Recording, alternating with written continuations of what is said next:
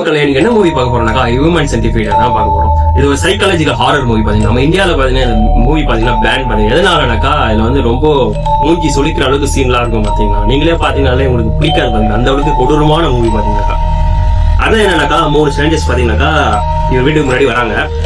ஜெர்மனில பாத்தீங்கன்னா ரிட்டையர் ஆன ஒரு மேட் டாக்டர் பாத்தீங்கன்னா பேர் வந்து கைத்தர்.